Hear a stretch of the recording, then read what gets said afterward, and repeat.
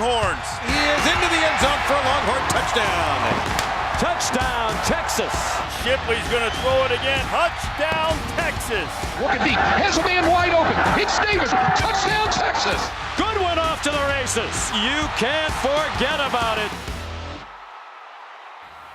2 days away in Texas, hoping for more highlights like that as the 2012 season is almost here. To talk about that Texas offense, we welcome in co-offensive coordinator and quarterbacks coach Bryan Harsin. Coach, we always hear all coaches say that you see the biggest strides for a team between week 1 and week 2. Can you say the same thing about a coordinator in year 1 and year 2? Yeah, again, I think the familiarity that you have with your players, with your staff, starts to really show up in the second year. Guys getting a chance to work together and just seeing how each guy kind of handles his situation really helps, in my opinion. And so, with just like our players in year 2, you feel more familiar with the offense, where to go, what to do, how to do it, what our expectations are, and that just really helps not only the staff but the players as well. Well, one of the guys who was thrown into the fire a year ago was David Ash. Now he's going to be named the starting quarterback. What differences in Ash's game have you seen from last year to now? Yeah, the biggest thing is having a year of experience under his belt and being able to go back and look at that film and look at the good things, look at the bad things, take that into spring practice, all right? Build off of that and then go into summer on your own and go, okay, here's the things I have to work on. Here's 3 things I've got to get better at going into this season. And I thought he did a great job of that in summer, because when he came into fall camp, he was much more mentally prepared to play the position. And so we were able to pick up, where we left off in spring and really elevate his game in a hurry, which got the offense going a lot faster too. So it's such a mind game. It's not a physical thing. A lot of times they're going to get bigger, stronger, faster, all that. For a quarterback position, it's so much about experience and just your mentality. Have you been pleased with his accuracy so far? Yeah, I've always been pleased with that. I think he's an accurate passer. His feet are good. He throws the ball very well. And what helps him is the timing. So him knowing where to go with the ball sooner has helped his accuracy, and that comes back to his mentality and just his mindset. Well, you got a lot of talented freshman receivers, and if you look at the depth chart, some of these guys are already breaking in there. Who are some of the guys we're going to see play early? Yeah, the 3 freshmen. Kendall is a guy I think that's done really, really a nice job. And he came into camp, and we kind of placed him in 2 different spots.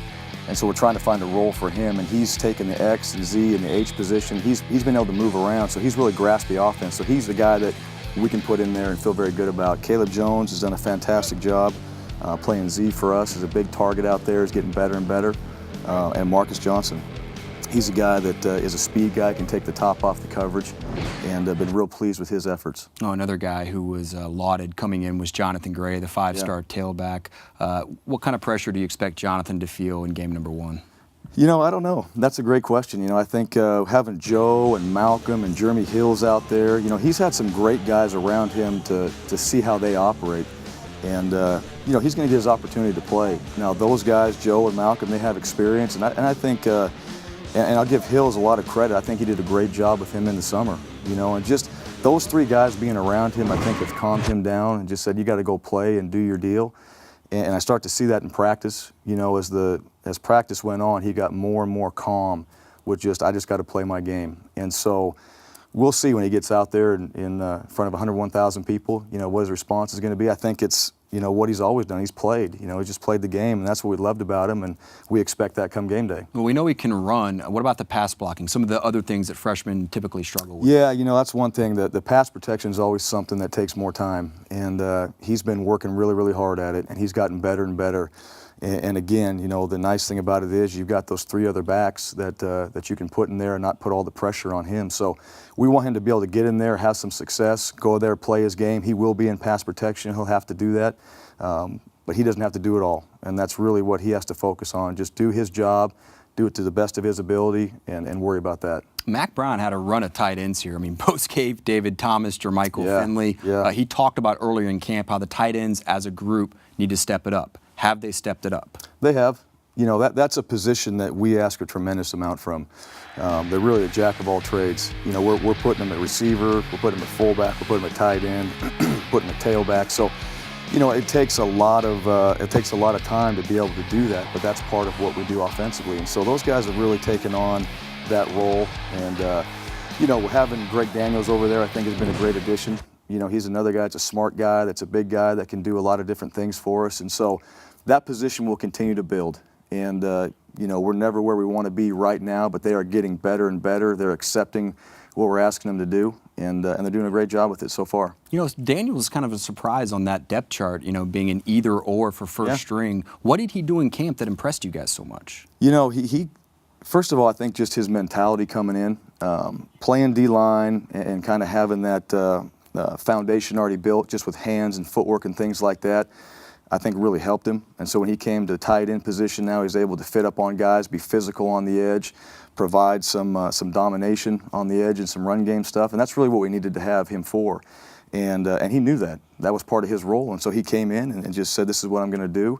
And surprisingly, you know, for him, we put him out in the pass game, and he's very exceptional out there. He can catch the ball, he can run, and we didn't quite know that about him, but we got him out there, soft hands, and so now he's starting to become that total package. He's not where he needs to be yet, just because he's still building on his knowledge of the offense, but he's a guy that's going to help us. Well, Marquise Goodwin is a guy. A year ago, Marquise Goodwin was training for the long jump. He didn't get in until the season had already started. He gets in a lot quicker, is actually able to get into camp. What kind of impact can Goodwin have on this offense? Yeah, you know, it was good to get him back. He's a guy that brings experience. He brings a lot of credibility just to the competitiveness, you know, from being in the Olympics, the track, football, all those things. So he's a guy that, you know, we need to have on the field, and just love having him out there. And he's got a great energy at practice, and he is a physical football player. You know, we know he's fast and all that. He is not finesse, he is physical. And so just his presence and mentality for that group of young receivers, I think, has been really, really good. They see how he practices and plays. And then obviously what he can do for us with the ball in his hands. You know, if we can get him loose and get some space for him, he can be dangerous. And do you plan to continue to use guys like DJ Monroe? I know DJ Johnson's a new guy who's come in, and Goodwin, just in different roles to get them in space? Yeah, you know, all those guys are fast guys, so we're trying to find different ways to get the ball in their hands and how we can do it, you know, out in the perimeter. And DJ's another guy that we'll use at receiver, we'll use in the backfield. He's a guy that's kind of a go between our Z position and tailback position. And you know, it's just a matter of how we can try to find ways to get them on the perimeter, because they're all fast guys and they can do some things out there. How much better is the offensive line in year number 2 of your system?